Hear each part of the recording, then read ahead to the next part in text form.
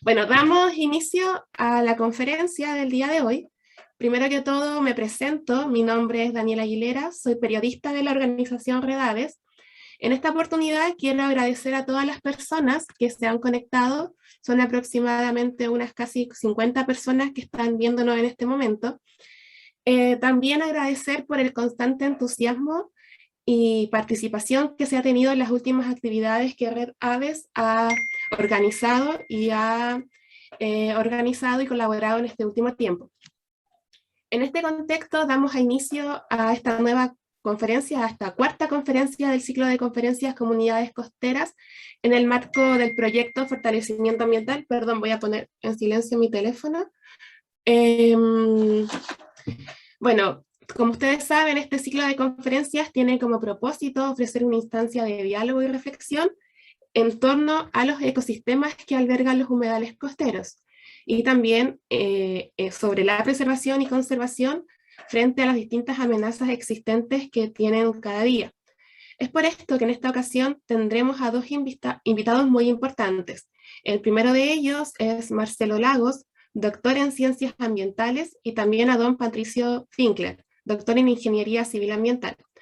Ambos son una eminencia en sus respectivos campos, sobre todo en investigación de áreas costeras y desastres naturales. En esta oportunidad, ambos participan de esta conferencia que tiene por nombre Tsunami 2015 en la Bahía de Coquimbo, Lecciones por Aprender, que va de la mano con que hoy se conmemoran 6 años desde el terremoto de 8.4 grados que afectó en el año 2015 a la zona y que dejó un total de 15 personas fallecidas y una gran cifra de damnificados. Damnificados que hasta el día de hoy siguen pagando las consecuencias. Un ejemplo de esto es lo que sucede en la actualidad en el sector baquedano, conocido por ser una de las zonas que más daño tuvo durante estos desastres y catástrofes mencionadas anteriormente, y que en el día de hoy siguen con una deuda social y habitacional importante. Para ir profundizando sobre esto, me gustaría dar las palabras a don Marcelo Olivares, gestor y coordinador de este proyecto, para que nos cuente un poco más cómo esto se relaciona con nuestro propósito de la protección de humedales costeros y de las comunidades costeras. Don Marcelo, le cedo la palabra. No sé si se escucha bien hasta ahora. Oh, muy bien. Gracias, Daniela. Primero que nada, un saludo para cada uno de los invitados y quienes han manifestado una disposición tan favorable hacia nuestra ONG y también hacia las otras organizaciones asociadas en el programa de empoderamiento de las comunidades costeras. Estamos frente a un momento que ya lo advierten en todos los tonos y desde todos los rincones del planeta, en relación a los cambios que se van a dar y que van a ser en algunos casos probablemente dramáticos en las comunidades de la costa. Un informe del Foro Económico Mundial del 2019 señala que en 30 a 50 años va a ser necesario que migren desde las zonas costeras del orden de 800 millones de personas en 520 ciudades distribuidas a lo largo y ancho del planeta. Este dato, no menor y tremendamente inquietante, más el reconocer que nuestra realidad en la región de Coquimbo señala una condición de planificación territorial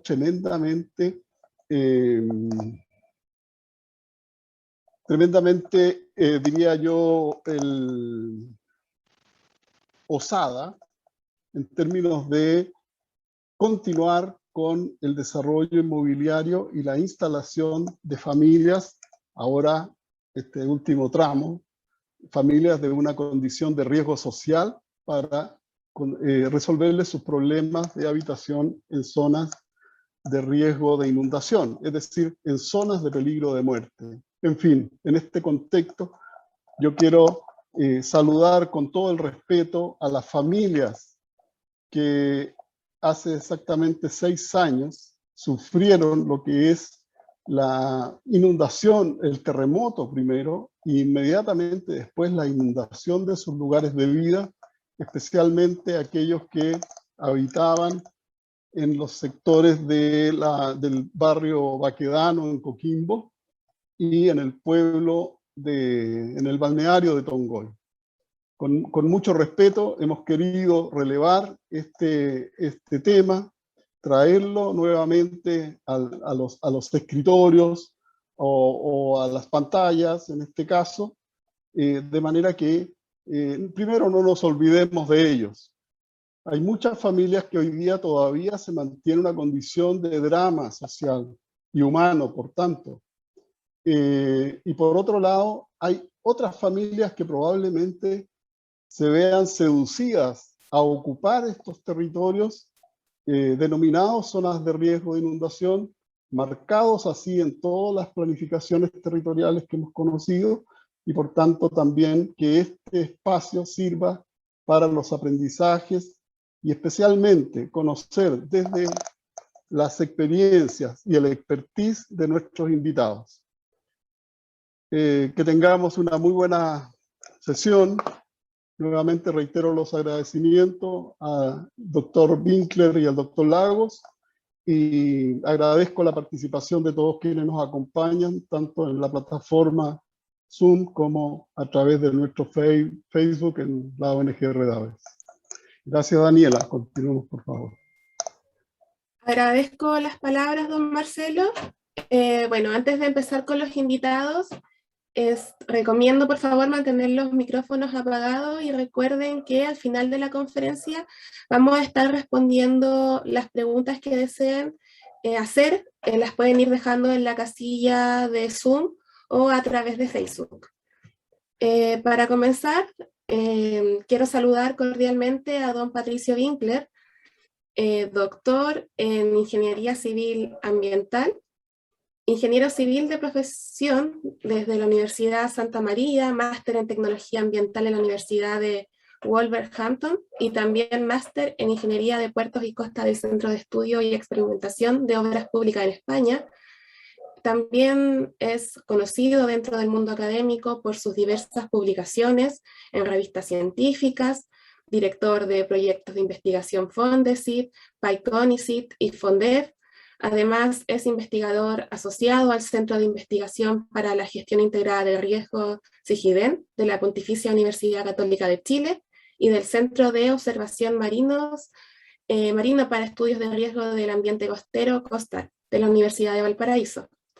Tras este resumen de su trayectoria, ¿verdad? Para nosotros es un honor tenerlos el día de hoy. Muchas gracias por participar. Doctor Patricio, le cedo la palabra. Gracias, Daniela, y gracias, Marcelo, por la introducción también, que toca la componente humana, que es fundamental en este tipo de temas relacionados con los desastres. Yo creo que mi buen amigo Marcelo Lagos, a quien conozco de Potrillo, cuando yo era más potrillo que él, hace mucho tiempo, no sé, 2004 por ahí, me acuerdo que hablábamos de tsunami cuando íbamos a las municipalidades del norte, ¿te acordáis? Y nos metíamos ahí en los teatros municipales a hablar de tsunamis, y nos trataban como medios locos, así, ¿no? Era como una novedad. Pero bueno, finalmente estas cosas pasan, han pasado, y en los últimos 10 años hemos tenido 3 eventos importantes. Y vale la pena hacer la conmemoración. También nos hemos topado varias veces con Marcelo en la conmemoración del terremoto del 22 de mayo de 1960, y el tsunami también. Y es bueno que se hagan este tipo de ejercicios. Así que yo felicito a la organización, bueno, y a todos los presentes por hacer este esfuerzo. ¿Sí? Ahora, yo no voy a hablar del tsunami que estamos conmemorando. Me interesa, después de varias conversaciones que hemos tenido en las últimas semanas, a propósito de un proyecto que estamos desarrollando en la misma bahía, conversar un poco sobre la bahía y los riesgos de manera más general. Yo sé que el tema del plan regulador es un tema candente, pero es una materia que yo no logro dimensionar desde mi perspectiva, así que probablemente Marcelo converse algo de eso. Estuvimos afinando de alguna manera el cómo íbamos a tocar los temas previamente. Así que yo voy a hacer una presentación, dado que no soy muy bueno para la oralidad, soy más bueno para la fotografía y los dibujos y ese tipo de cosas. Una presentación con algunos avances y algunos comentarios generales respecto de lo que estamos viendo en la bahía. A todo esto yo voy a veranear desde cabros chicos a Guayacán, siempre fui. Mis mejores recuerdos de cabros chicos son ahí en la playa, sacando Huiro, antes de que se transformara en lo que es hoy día. Así que bueno, pero ahora vamos a hablar de la bahía de Coquimbo, y va a ser una mirada desde la ingeniería costera.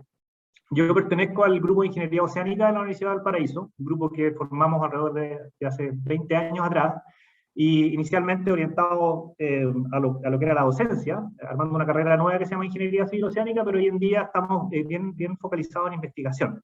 Y también pertenezco al CIGIEN, que es un centro especializado en temas de desastre.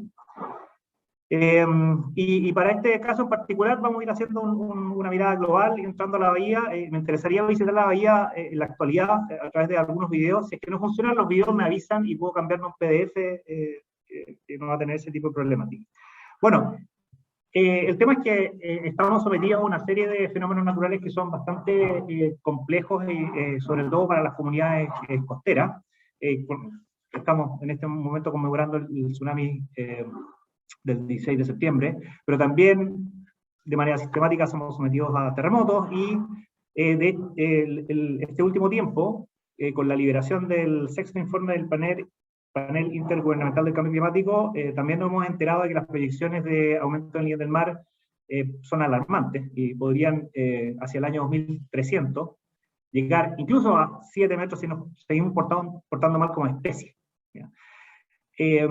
Voy a mostrarles una gráfica para no tirar ese mensaje que es un poco alarmante, pero bueno, en fin. Y también estamos sometidos a marejadas, y todo ese tipo de fenómenos confluyen en un sistema bastante particular, como es la costa chilena, que es una costa tectónicamente activa sometida a fenómenos de clima y meteorología, dependiendo de la escala de tiempo que se analice, y muy particular porque hay muy pocos lugares en el mundo que tienen estas características. La costa japonesa, que he tenido la fortuna de conocer bastante bien, porque estuve trabajando en la Universidad de Tokio, es parecida, pero la forma en que los japoneses se aproximan al uso del territorio costero es completamente distinta a la nuestra. Hay lugares como Indonesia también, un país bastante más pobre que Chile, que también tiene una zona de subducción donde ocurren todo este tipo de fenómenos. Y así que no somos únicos, pero tenemos nuestros propios desafíos producto de nuestra condición como país en vías de desarrollo, que no se puede comparar, por ejemplo, con el caso de Japón. En el caso ya más cercano de la zona centro-norte de Chile, existe una vinculación bien directa entre lo que es el cambio climático y los fenómenos costeros, a través del ciclo hidrológico. Si lo vemos siguiendo, por ejemplo, la ruta del agua, el agua evaporada eventualmente puede precipitar en forma de agua, lluvia o nieve, y eventualmente va a llegar y va a arrastrar todo tipo de sustancias a la costa, desde sedimentos, nutrientes, contaminantes, basura, fertilizantes, agua fresca, a la costa, y esa costa finalmente se va a nutrir con toda esta información, material, energía que proviene de las cuencas. Y hay una vinculación directa en los cambios en la atmósfera con, por ejemplo, el régimen hidrológico de un río como el río Elqui. Y por el lado del océano también tenemos cambios importantes en lo que es el nivel del mar, las marejadas y otro tipo de fenómenos que ocurren de cuando en vez y que afectan nuestra costa. Entonces esa sería la componente climática, que se suma también a la componente geofísica, terremotos y tsunamis, ¿ya? Finalmente, todos estos fenómenos naturales actúan sobre el mismo sistema. Y son sistemas que han ido cambiando de forma dramática en el tiempo. Aquí estuve buscando, a propósito de una recomendación que me dio mi buen amigo Manolín Contreras López, con quien estamos haciendo el proyecto el Elqui, un proyecto que es en el Elqui, el Plan La Serena, donde se muestra esta figura con las Vegas Norte y Vegas Sur de La Serena en el año 1947. ¿Ya? Es impresionante cómo ha cambiado la configuración de este territorio, y probablemente Marcelo después nos comente el rol, la responsabilidad del ser humano en construir riesgo utilizando espacios que son en esencia vulnerables. Claro, esta bahía ha cambiado bastante, ¿ya? Y la idea es mostrarles qué es lo que tenemos en la actualidad. Incluso hay cambios radicales en la forma de aproximarse al territorio. Este es un extracto de un discurso de 1951 de don Gabriel González Videla, serenense, nació en 1898, y bueno, fue fundamental, por ejemplo, para definir el urbanismo de la zona central del perímetro urbano de La Serena en aquellos tiempos, pero por otro lado también promovió, como era un poco esa tradición higienista, ¿ya? El reemplazo de humedales para terrenos agrícolas. ¿Ya? Todas estas vigas que en su momento, hoy en día serían tratadas como humedales, claro, en ese tiempo se veían como un espacio de producción agrícola y hubo cambios importantes en aquello. ¿Ya? Eso de alguna manera muestra la diferencia de cosmovisiones que teníamos, o que tenía nuestra misma gente hace ya más de 70 años. ¿Ya? Ahora, lo urgente es esto. Aquí hay una de las predicciones de las variables importantes, que es un esquema del sexto informe del panel intergubernamental de cambio climático, y aquí a mano izquierda aparece mi cabro chico, que mide 1,75 y creciendo, ¿ya? Y se ven las curvas de aumento del nivel del mar para diferentes horizontes. El horizonte de nuestros nietos, 2100, y el horizonte de, no sé, 6 o 7 generaciones más, 2300, y se ve que, bueno, las proyecciones son bastante variables. Ahí en celestito puse el peor de los casos. Este rectángulo muestra el peor de los casos si seguimos, como en inglés se dice business as usual, si seguimos comportándonos como nos comportamos hoy día como especie, es probable que haya un incremento de hasta 7 metros en el nivel del mar, y eso en zonas costeras bajas como La Serena es impresionante. Pero si nos portamos bien, podríamos en el año 2300 mantener el aumento del nivel del mar en solamente 0,5 metros. ¿Ya? Ahora, si tiramos el tejo más cerca, va desde 0,5 a 1 metro. Tejo más cerca, 2100. ¿Ya? Estos son los últimos resultados del IPCC, y este tipo de estudios son los que estamos haciendo en particular por el caso de La Serena. Ahora, hagamos un recorrido por La Serena en la condición actual. Ahí señalo algunos de los puntos que visitamos la semana pasada. Estuvimos haciendo algunas mediciones en el río Elqui. Veamos qué es lo que pasa con la bahía en la actualidad. La bahía está bastante cambiada, y estábamos viendo antes de la interrupción. Claro, el sector sur de la bahía tiene bastante... proyectos que han ido avanzando, y literalmente se han ido montando sobre algunos cuerpos de agua bien sensibles, como por ejemplo el Culebrón, que fue una zona afectada por el tsunami del año 2015 y también por el tsunami de 1922.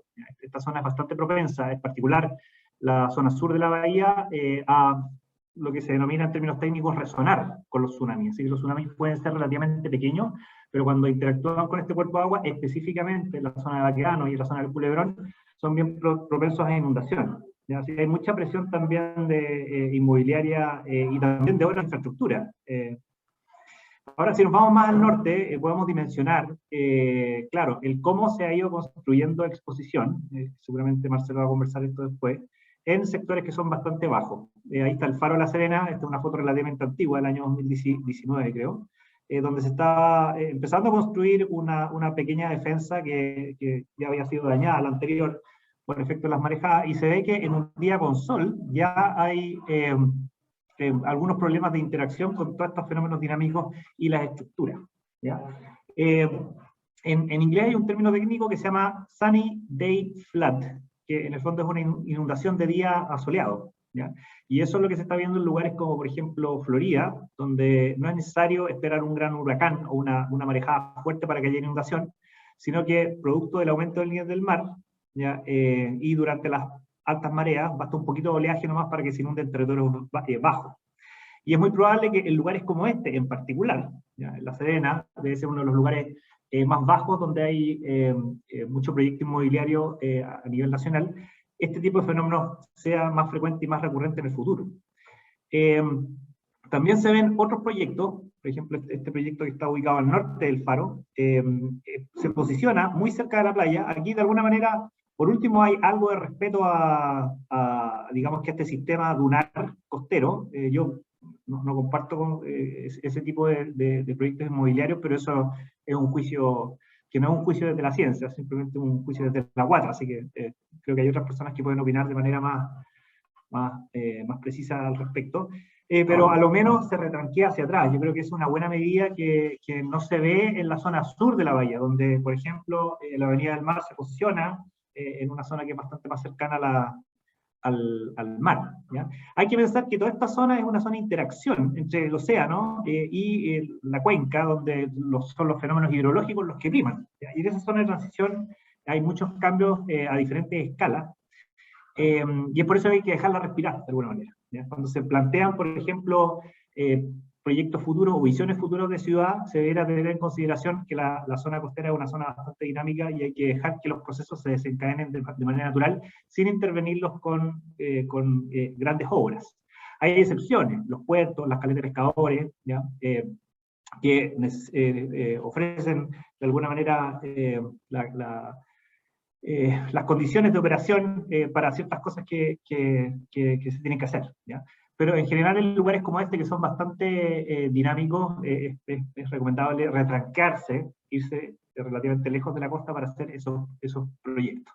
En particular, lo que estamos haciendo ahora en una consultoría es entender cómo es la hidrodinámica y la morfodinámica de este humedal, el humedal del río Elqui, en la desembocadura, una desembocadura con una barra. Si se fijan, hay mucho auto que circula. La barra está parcialmente intervenida aquí, ¿ya? Y la idea es entender cómo funciona este sistema, ¿ya? Y cómo va a responder en el futuro. Estamos pensando en 20, 30, 50 años más a fin de siglo, ¿ya? Afortunadamente, a pesar de que está bastante constreñido por el crecimiento, sobre todo en la zona sur, aún tiene espacio para adaptarse, a diferencia de otros lugares dentro de la bahía donde ya los caminos costeros y las defensas están, digamos que de alguna manera como generan un poquito más de artrosis en este sistema, ¿ya? Yendo más hacia el norte, ya tenemos, claro, una zona donde la intervención y la densidad de uso es bastante baja, ¿ya?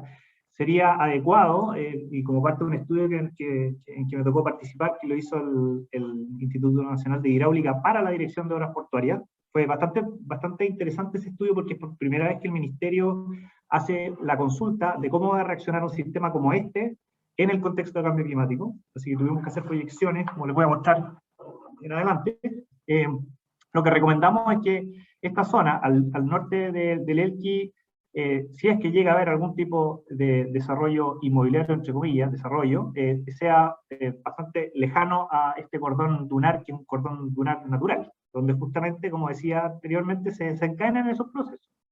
Y hacia el norte también hay menor densidad de uso, cosa que es buena. Yo no me voy a manifestar respecto de la propiedad del terreno ni ese tipo de cosas que seguramente también generan algo de reacción, pero visto aquí desde la perspectiva puramente física, este tipo de ocupación blanda, suave, ya es adecuada, ¿ya? También tenemos algunos espacios que eventualmente van a estar sometidos a presión no solo por la componente oceánica, sino que también por todo lo que son los procesos que vienen desde la cuenca, ¿ya?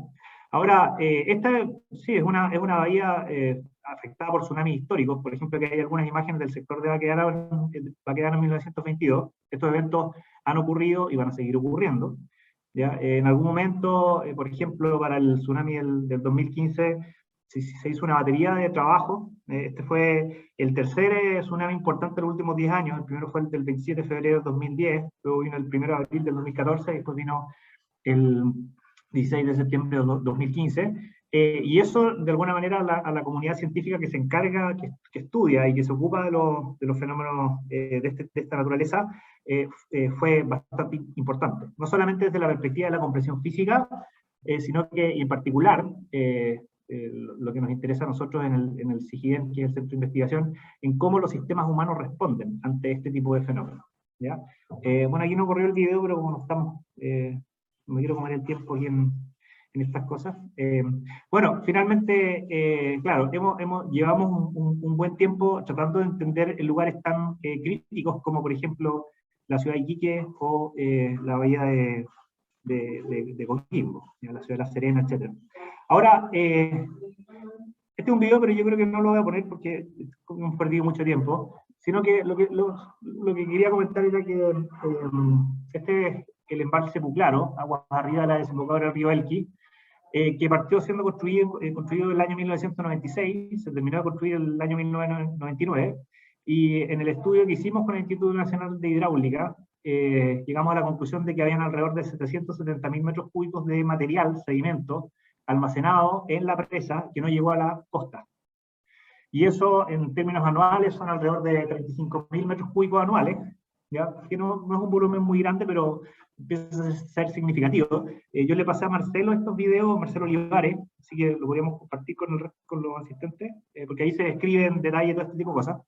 Pero eso es importante porque es material que no llegó a la costa. Y eso, de alguna manera, estaría explicando el por qué han habido tasas de retroceso erosiva. Las playas se están retranqueando, se están retirando en los últimos años, ¿ya? Especialmente después del año 1999.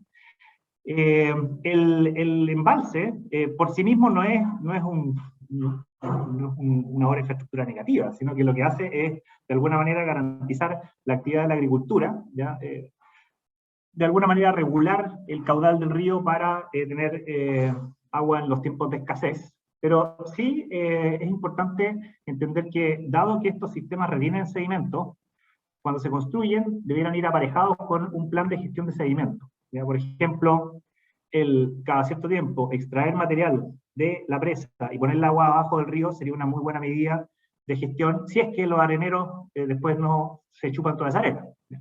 Otra medida de gestión, por ejemplo, que evaluamos en su momento fue tomar esa arena, ir a depositarla muy cerca de la desembocadura, pero ahí, claro, hay que ver todos los estudios hidráulicos de forma tal de que ese tipo de actividad no genere inundaciones donde hoy no existen y tampoco genere impactos ambientales sobre los sistemas de desembocadura. Así que, bueno, de alguna manera lo que se ve aquí es que después del año 1999, las grandes crecidas ya, dejaron de ocurrir, precisamente por la regulación que ofrece el río. Y eso implica que, adicionalmente al hecho de que la arena se esté quedando arriba, ¿ya? No existe una potencia suficiente, un caudal fuerte como para arrastrar sedimentos aguas abajo que lleguen a las playas. Entonces, este es un problema sistémico que se suma también a la extracción de árido, y aquí hay una serie de puntos identificados en el estudio que hicimos con el Instituto Nacional de Hidráulica, donde hay extracción de arena.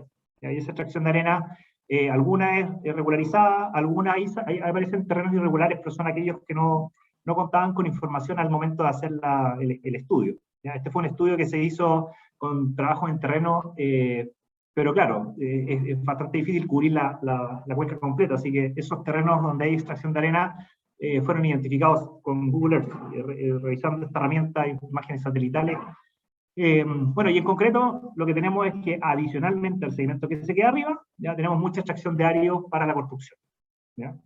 El resumen de eso es que a nivel de bahía existe una erosión sistémica, y aquí hay un modelo que hemos estado trabajando para entender cómo se está erosionando esa playa y cómo se va a erosionar en el futuro. En la actualidad estamos haciendo un estudio específico del ELQI, ¿ya? Que consiste básicamente en caracterizar, como les decía, la hidrodinámica del humedal. Ahí está Manuel Contreras López, que es el director del equipo. Estamos haciendo primero los primeros trabajos de caracterización de ese humedal para entender cómo fluyen las aguas subterráneas en la barra, para entender si se requiere o no de algún tipo de actividad, manipulación de la barra o no, ¿ya? Porque aquí en el fondo de alguna manera el proyecto que estamos haciendo lo que busca es garantizar de que las condiciones ambientales sigan siendo en lo posible las mismas con que cuenta el sistema en la actualidad. También hemos hecho algunos resultados preliminares mostrando aquí, por ejemplo, el cuerpo de agua, la evolución del cuerpo de agua en los últimos tiempos, y vemos que efectivamente también está muy sometido a la variabilidad climática. ¿Ya? Y también es interesante que cuando uno hace el recorrido siguiendo el río desde el Puclaro a aguas abajo, ¿ya? Inmediatamente abajo del Puclaro hay bastante agua, luego el agua desaparece, hay ciertos tramos del río donde prácticamente hay un hilito de agua, y ya en la parte final se recupera parcialmente el agua. ¿Ya? Pero eso de alguna manera se atribuye a la actividad agrícola, que es bastante fuerte. ¿Ya? Así que finalmente es un sistema. Este es un sistema que va desde aguas arriba hacia aguas abajo, trayendo agua y sedimento, y esos dos sustancias, materiales, son importantes en cómo funciona ese sistema. Ahora, lo que hemos visto es que aquí se ven resultados que hicimos con la Carolina Martínez, que es compañera de Marcelo Lago en la Católica de Santiago, en el Instituto de Geografía, donde identificamos que alrededor del 80% de las playas chilenas, en realidad no chilenas, sino que 45 playas que estudiamos en su momento, y hoy en día vamos en 65, sufren procesos erosivos, o sea, se están erosionando, ¿ya? A lo largo de 2.000 kilómetros entre Iquique y el Golfo Arauco, así que es un problema sistémico, no es un problema puntual, ¿ya? Así que, de alguna manera, independiente de si hay o no construcciones, Ya puede que hayan ciertos lugares, ciertas bahías donde no hay construcciones, también se están erosionando. ¿Ya? Y hicimos el caso específico, el análisis específico para la bahía. Hay unas típicas modelaciones de oleaje para entender cómo funciona ese sistema. Y eso lo correlacionamos con la posición de la línea de costa histórica. Y lo que se muestra aquí es un trabajo que hicimos con Eduardo González, que es del Instituto Nacional de Hidráulica. Las líneas azulitas son las líneas más antiguas, de los años 2000. ¿Ya? Y las líneas amarillas son 2020. Y ahí se ve que hay un retroceso importante del orden de 1,5 metros promedio al año. ¿Ya? O sea, hacia atrás hemos evidenciado que efectivamente hay problemas de erosión y hacia el futuro también. ¿Por qué? Porque, como les comenté, tenemos proyecciones de incremento del nivel del mar, que si no hay terremotos importantes en el futuro, ¿ya? Los van a ver, pero si no hay terremotos que muevan verticalmente el terreno de forma importante, se van a traducir en aumentos del nivel del mar inferiores a 1 metro. ¿Ya? Ahí sale 0,58 metros al año 2100, pero esas son las proyecciones que hicimos con el quinto informe del IPCC, y ahora estamos trabajando en el sexto informe, ¿ya? Que son más alarmantes. Ahora, eso no es mucho, por eso pongo a mi cabro chico ahí al lado, y tú dices, no, son 60 centímetros, no es mucho, pero para una zona tan plana como la desembocadura del Elqui, en general la bahía completa, eso puede ser importante. Y no es solamente geometría, porque si tienes, no sé, 1 metro más de columna de agua, o 60 centímetros más de columna de agua, el oleaje también actúa más arriba, y cambia las dinámicas, no es solamente un tema geométrico. También hemos hecho proyecciones a futuro, hasta el 2100, y ahora estamos trabajando hasta el 2300, a pesar de que hay mucha incertidumbre aquí en el sistema, de oleaje. ¿Ya? Y lo que vemos es que a mediados de siglo, en la zona centro-norte de Chile, va a haber un incremento marginal de los eventos extremos, las marejadas, van a crecer. Y a fin de siglo, esas marejadas van a decrecer un poco en intensidad, porque sucede aquí que las bandas climáticas están trasladándose hacia el sur. ¿Ya? Todo el sistema donde el viento sopla y genera olas se traslada hacia el sur, y ya hacia el 2100 va a estar bastante más al sur, un buen par de grados más al sur, y eso indica que las olas van a llegar más viejas, más antiguas, con menos energía a la zona central de Chile en promedio. ¿Ya? Pero al final lo que importa es la combinación de nivel del mar y marejada. ¿Ya? Y el nivel del mar va a estar más arriba, así que el efecto conjunto nos dice que va a haber más problemas erosivos. El cómo va a reaccionar una bahía depende mucho del fenómeno físico que se esté analizando. Aquí hay, por ejemplo, modelos esquemáticos de qué es lo que pasaría con la bahía si es que cambia la dirección del oleaje. Porque el oleaje va a venir cada vez más desde el sur, y la bahía en su conjunto podría pivotear. Si sube el nivel del mar, de alguna manera se traslada de forma paralela hacia atrás. Obviamente que depende de las condiciones locales y la topografía local, pero esa es un poco la forma en que reaccionaría la bahía ante el aumento del nivel del mar, y finalmente si hay menos aportes sedimentarios también va a haber una erosión. ¿Ya?